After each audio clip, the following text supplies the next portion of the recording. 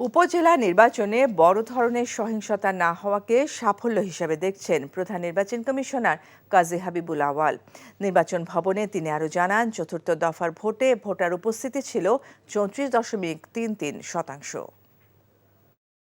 সন্তুষ্ট অসন্তুষ্টির ব্যাপারে আমরা খুবই সন্তুষ্ট, নির্বাচনটা শান্তিপূর্ণ হয়েছে। না, যে নির্বাচনটা কোনো রকম মেজর কোনো ইনসিডেন্ট, আমরা বিশেষ করে সহিংসতা হয়নি, সেটা একদিক থেকে স্যাটিসফাইং একটা ইস্যু। কিন্তু এগুলো বিচার বিশ্লেষণ, এগুলো পলিটিক্যাল বিচার বিশ্লেষণটা আমরা এখন করতে পারবো না। এগুলো অনেক কিছু আছে যারা বিচার বিশ্লেষণ করবেন, তখন ওদের কাছ থেকে যদি আমরা তথ্যপাত্র পাই তাহলে আমরা সেটা নিজে